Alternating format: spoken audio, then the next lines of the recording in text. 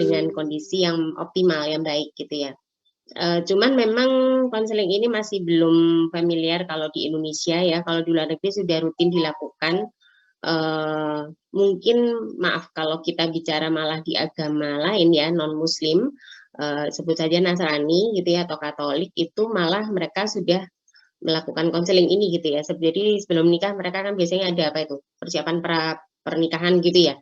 Nah itu disitulah dilakukan konseling, masuk di konseling ini, termasuk medisnya gitu ya, termasuk juga maksudnya cara menjadi seorang bapak ibu suami istri kayak gitu ya.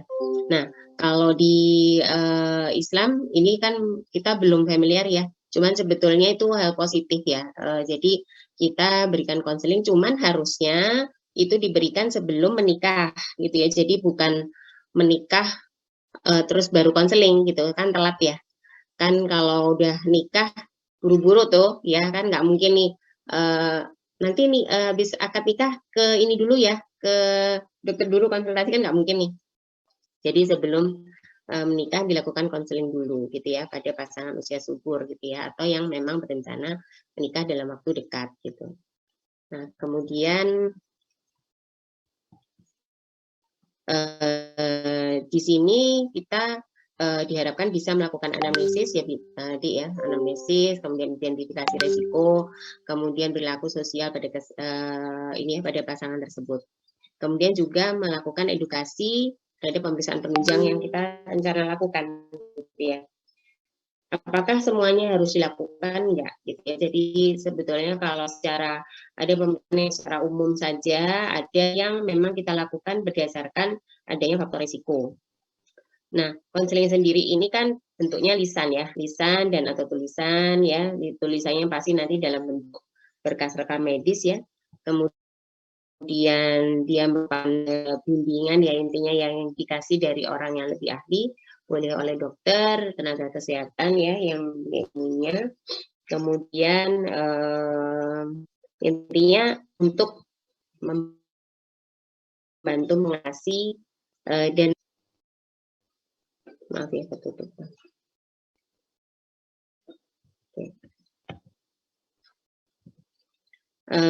Dia bentuknya preventif ya, karena di sini kan berusaha melakukan pencegahan sebelum terjadinya kehamilan.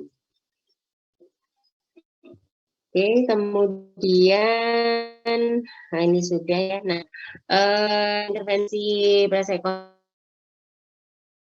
konsepsi ini sebenarnya lebih penting ya. Jika pada waktu misalnya menikah, kemudian apa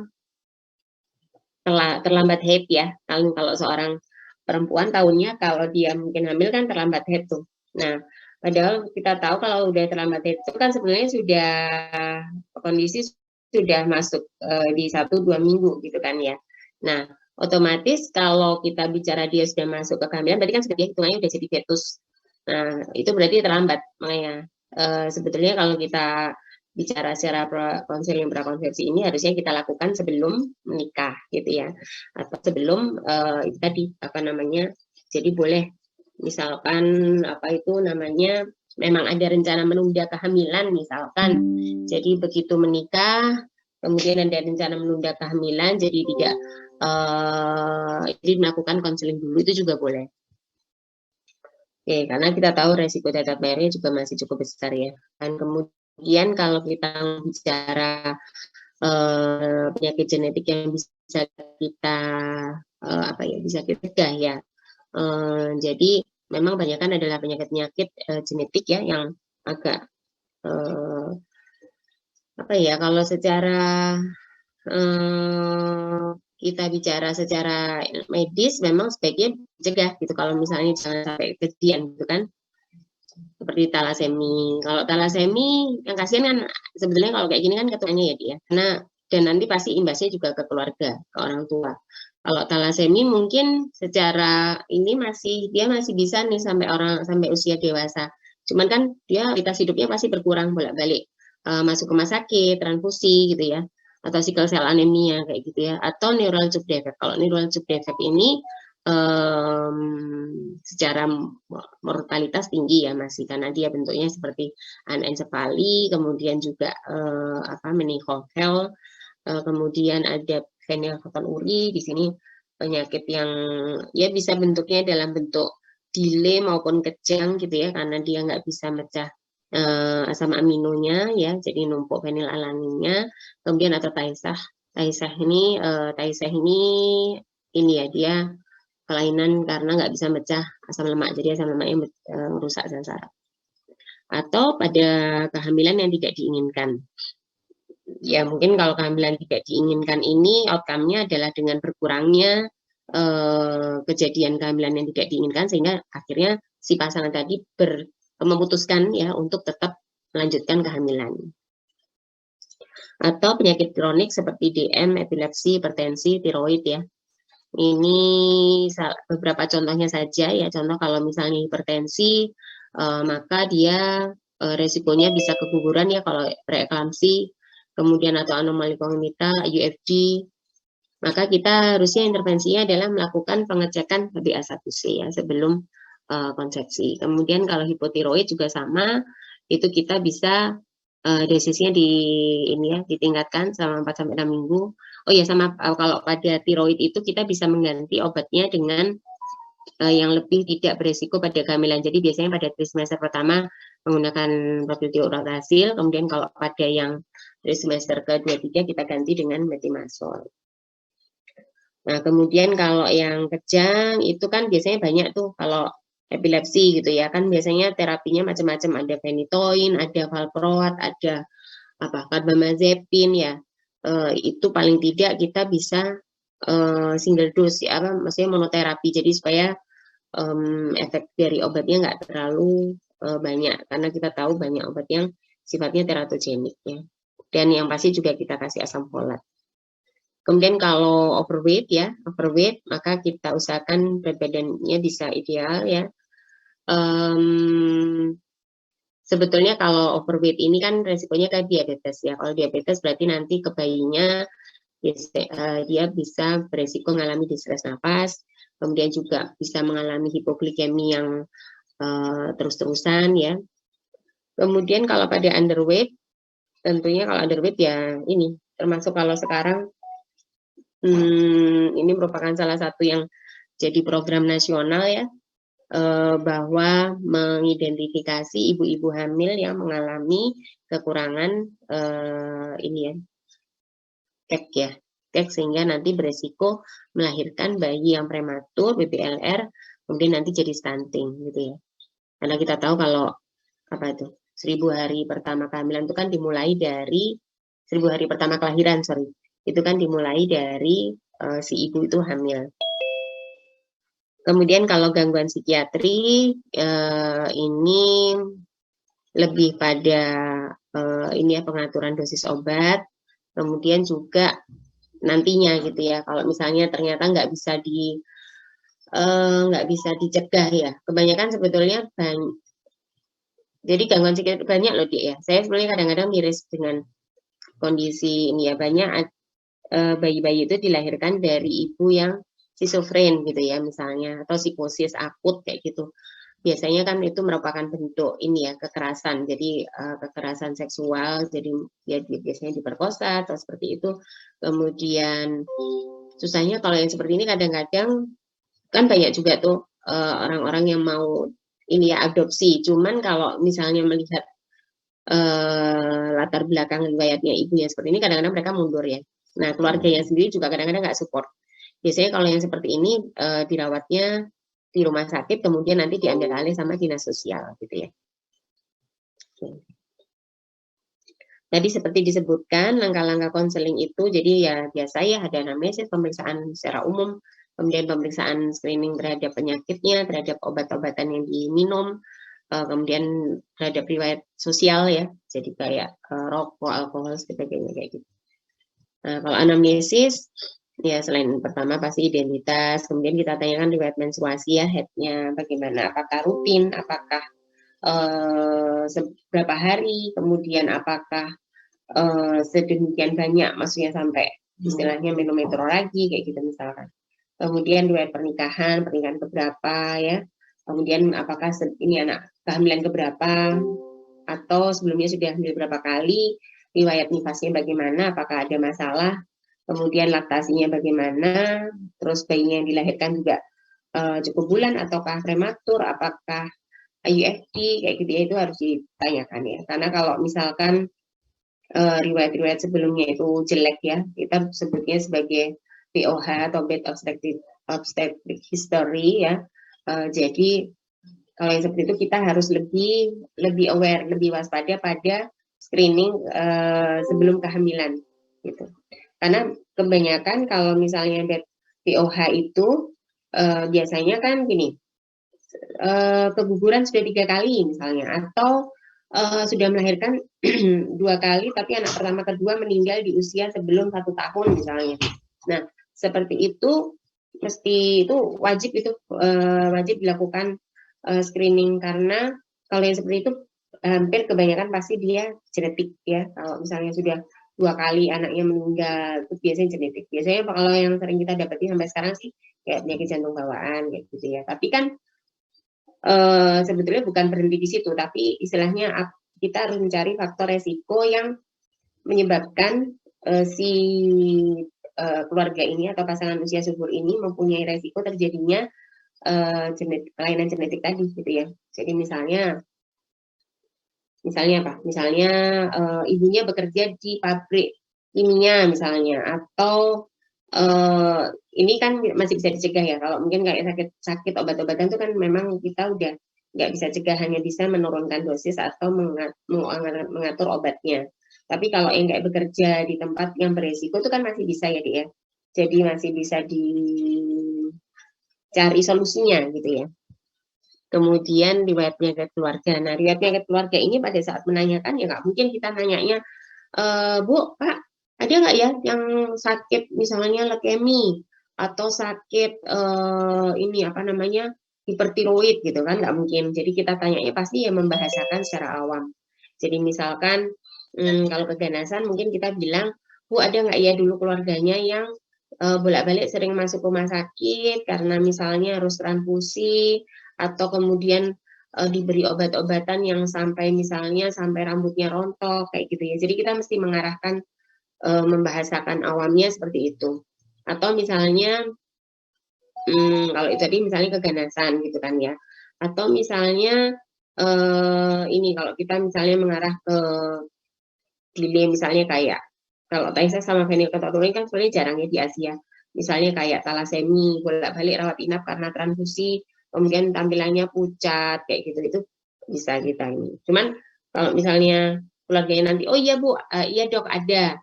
Cuman ya kita udah berhenti di situ kan, kita nggak mungkin nih mengejar, Bu tolong dicari nih di berkas rekam medisnya dulu ya, yang keluarganya nggak mungkin. Jadi kalau yang seperti itu udah cukup bagi kita bahwa oh ini memang ada riwayat penyakit di keluarga yang sangat mungkin dia genetik gitu ya. Nanti kita tinggal lakukan screeningnya gitu. Nah kemudian pemeriksaannya selain pemeriksaan umum secara umum ya vital sign biasa ya, kemudian kelainan bawaan, terus dari keluarga, kelainan bawaan kongenital degeneratif ya, kemudian urin, darah. Nah kalau darah ini pemeriksaan darah kadang-kadang juga harus dilengkapi dengan ini ya, Dik, ya, dengan hapusan ya, hapusan darah. Kemudian kalau yang golongannya toxo, sitomegalo, rubella itu memang sebaiknya dicek cuman ini kendalanya gini deh. Jadi toxo, sitomegalo dan sebagainya itu kan bisa diperiksa ya sebenarnya. Cuman kendalanya itu bisa dilakukannya di lab swasta gitu ya, atau lab rumah sakit rujukan tipe A atau tipe B. Tapi masalahnya karena kendala balik lagi masalahnya BPJS ya. Jadi zaman saya 10 tahun yang lalu mungkin pemeriksaan IgG, IgM, toxo, sitomegalo sama rubella itu 1.800 zaman segitu. Jadi sekarang kayaknya mungkin udah 1,5-an. Nah, otomatis itu bayangkan kalau kita lakukan di pemeriksaan 1 kali, itu kan nggak cukup. BPJS hanya bayarnya sekitar 180.000 per kali kedatangan, gitu ya. dan nggak boleh kita pecah jadi tiap minggu kontrol tuh nggak boleh. Nanti baru kontrol lagi bulan depan. Nah, itu jadi kan rumah sakit otomatis harus subsidi ya. Nah, jadi kalau yang seperti ini ya mau nggak mau kita rujuknya ke rumah sakit rujukan tipe A atau tipe B. Kemudian kalau untuk imunitas itu tadi ya. Jadi misalkan ada yang suka kucing atau suka daging mentah, yang suka stick-stick itu ya, atau dia ada karier autosomal resesif, itu jadi ya sebaiknya di screening.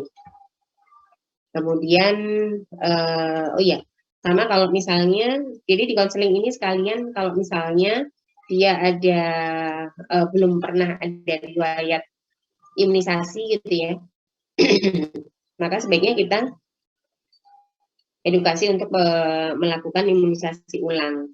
Jadi jangan dikira gini ya, pada waktu misalnya kita waktu kecil udah imunisasi kan ya, apa itu, hepatitis B ya, terus varicella ya, varicella sebenarnya imunisasi tambahan tuh. Jadi jarang sebenarnya kalau yang dulunya kita kunjungan ke dokter umum atau puskesmas, biasanya sih cuma dapatnya ya apa aja tuh, cuma BCG, DPT, terus polio, campak ya, rubella,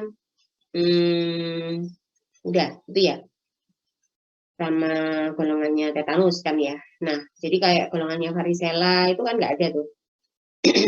Jadi kalau yang seperti itu kita sekalian edukasi untuk dilakukan imunisasi. Kemudian kalau yang sudah diimunisasi dulunya sudah pernah nih imunisasi hepatitis B sudah pernah, kira-kira perlu lagi nggak gitu?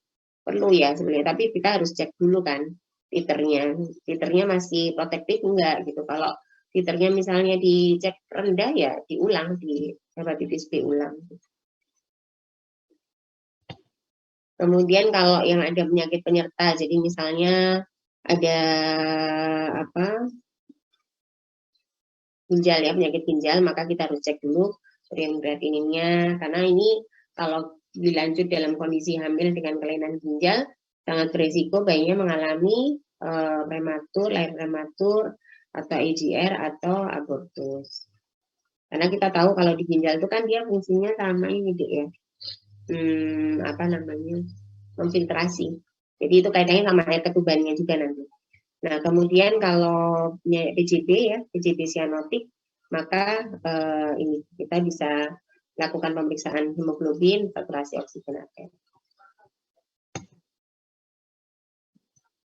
Nah, kemudian tadi sudah ya pemeriksaan anamnesis, pemeriksaan umum, kemudian screening penyakit keluarga, terus ada screening terhadap faktor risiko penyakit infeksi. Tadi sudah beberapa kita singgung sih, kayak TORCH ya, toxo, rubella, cytomegalovirus ya, hepatitis B, TBC ya, kemudian parvovirus, varicella, HIV, dan pada yang misalnya nih kita dapati pekerja seksual ya, maka itu kita bisa cek langsung dengan Neisseria-Gonorrhea, Chlamydia trachomatis dan Treponema pallidum. Itu kita udah, itu kalau itu udah jalan ya dia. Kemudian kalau memakai obat-obatan, terutama yang sifatnya teratogenik ya, seperti isotretinoid, kemudian warfarin ya, atau anti kejang, itu hati-hati, itu seringkali bisa mengalami malformasi kraniofacial seperti apa, mikrognati ya. Kemudian yang kelima, ini masalah tadi, jadi gizinya kurus atau gemuk ya. Kalau kurus otomatis kita harus pastikan pemenuhan zat gizi, vitamin, asam folatnya ya.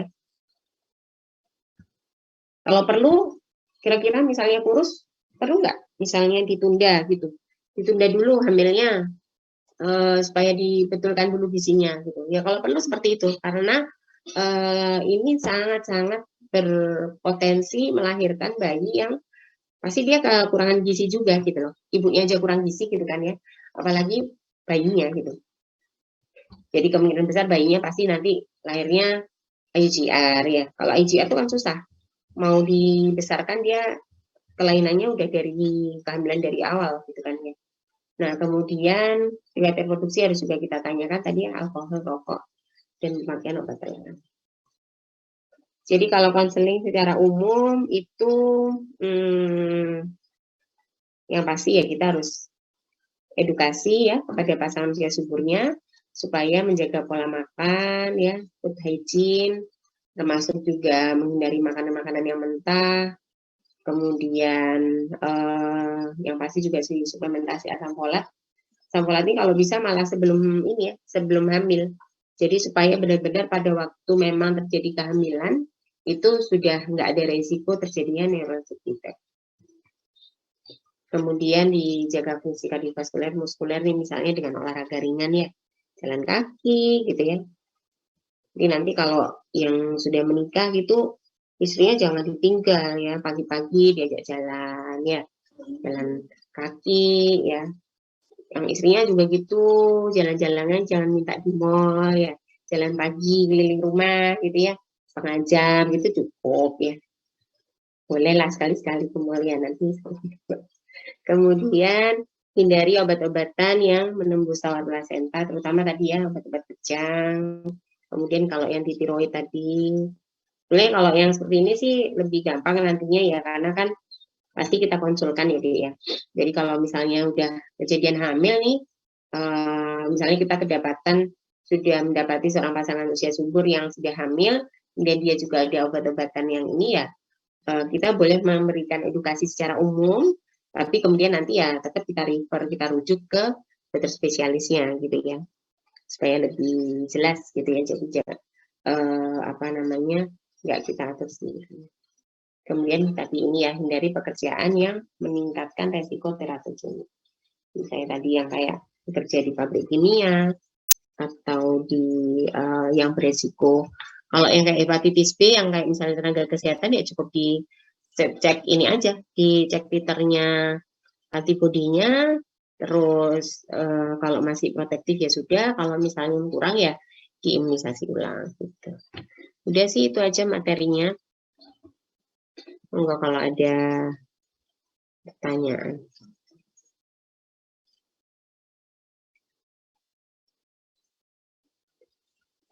Adik-adik hari ini libur ya? Atau ada kuliah?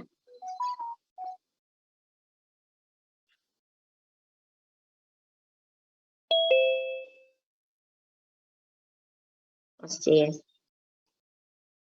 OSCE. Ada OSCE. Yes. Belajar beneran.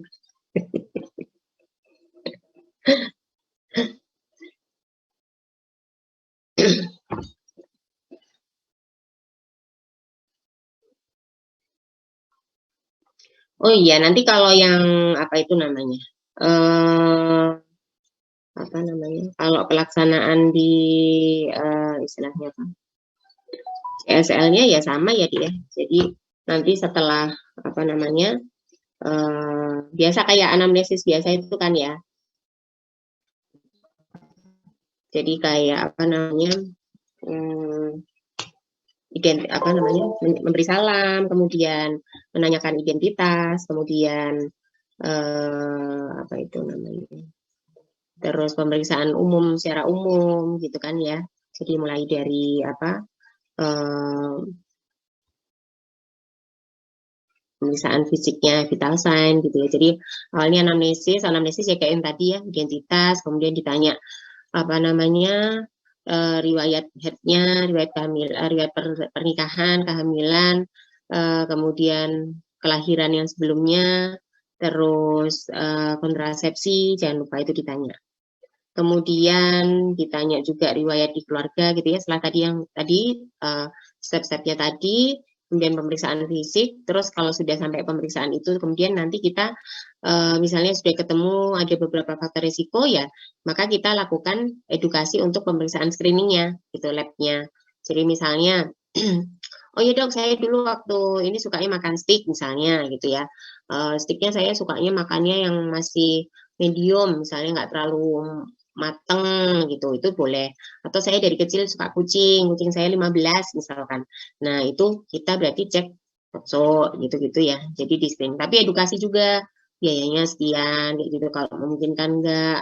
Tapi kalau perlu diedukasi juga kan pasti mereka nanya nih ya, pentingkah dok gitu, maksudnya kalau pemeriksaannya mahal misalkan, itu kita edukasi juga, kayak apa sih nanti resikonya. Nah, nanti kalau perlu ada gambar-gambar nggak apa-apa, kalau sekarang itu kan pasien terbuka ya, misalnya kalian mau browsing, misalnya kayak tadi contohnya neural tube defect atau yang apa namanya, penyakit-penyakit yang apa, cacat mayor kayak gitu, di browsing ditunjukkan, "Ini loh Bu, nanti tuh bisa beresiko kejadian misalnya kayak gini, nggak ada tempurung kepalanya," gitu ya.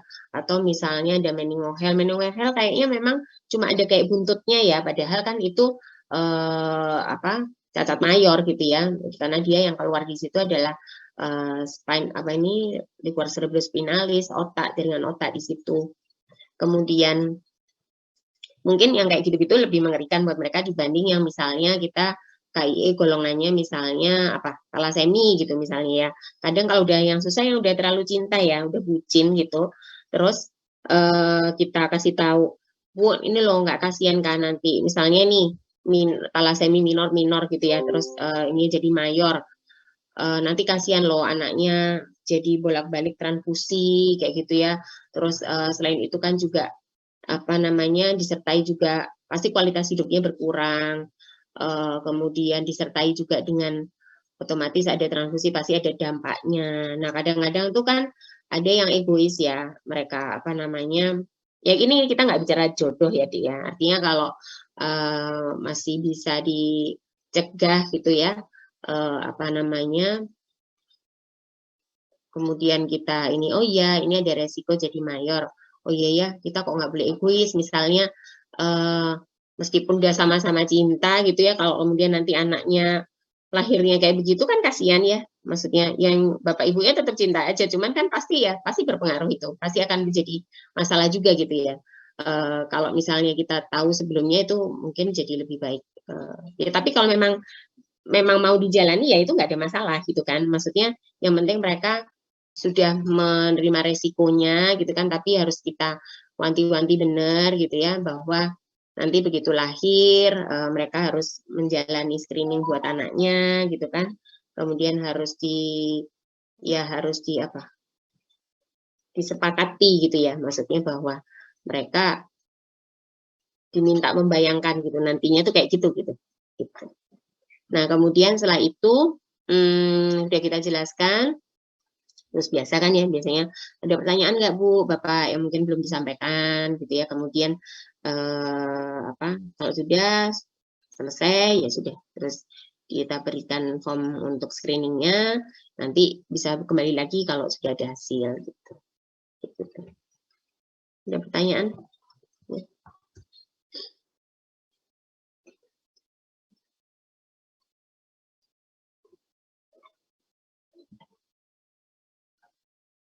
Kuliahnya selain ini jam nggak ada kan ya? Jam 9 nggak ada yang Pak Yos, nggak ada kan? Oh ya udah, santai ya berarti.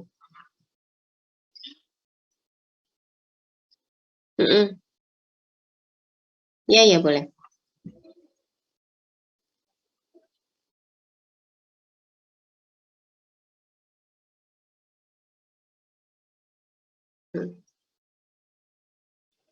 Oke, pertanyaan bagus ya. Jadi kalau namanya konseling itu sebetulnya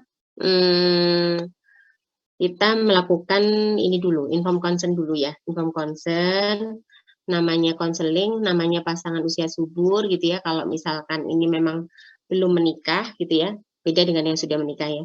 Kalau belum menikah memang kita lakukan perseorangan gitu ya, sendiri-sendiri individu. Kemudian nanti kalau misalkan, karena kan ini masih belum menikah ya, kalau belum menikah. Kalau sudah menikah beda lagi ya dia. Kalau sudah menikah kan istilahnya sudah menjadi pasangan, sudah menjadi suami istri, maaf, sudah menjadi suami istri, itu boleh kita lakukan bersamaan. Nah, cuman pada hal-hal atau poin-poin yang istilahnya itu menjadi apa ya, negatif bagi salah satu pasangan gitu ya, itu kita harus berhati-hati. Jadi sebelum kita melakukan konseling itu ada inform concernnya. Jadi supaya masing-masing juga bisa menerima gitu, maksudnya nggak menyalahkan kita. Toh nantinya pada waktu mereka sudah kita lakukan konseling, misalkan si pasangan ini dia nggak terima gitu ya misalnya, terus kemudian dia mencari pendapat lain kan boleh-boleh aja. Intinya kita menyampaikan secara ini. Nah, kalau di luar negeri itu memang dilakukannya bersamaan deh, karena memang dia sudah kayak paket gitu loh. Jadi udah paket konseling itu, jadi kita lakukannya bersamaan. Hanya nanti pada waktu yang pemeriksaan fisik kayak gitu kita lakukannya sendiri.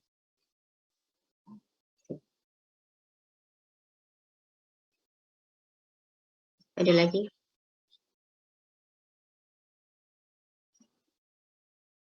Oh iya,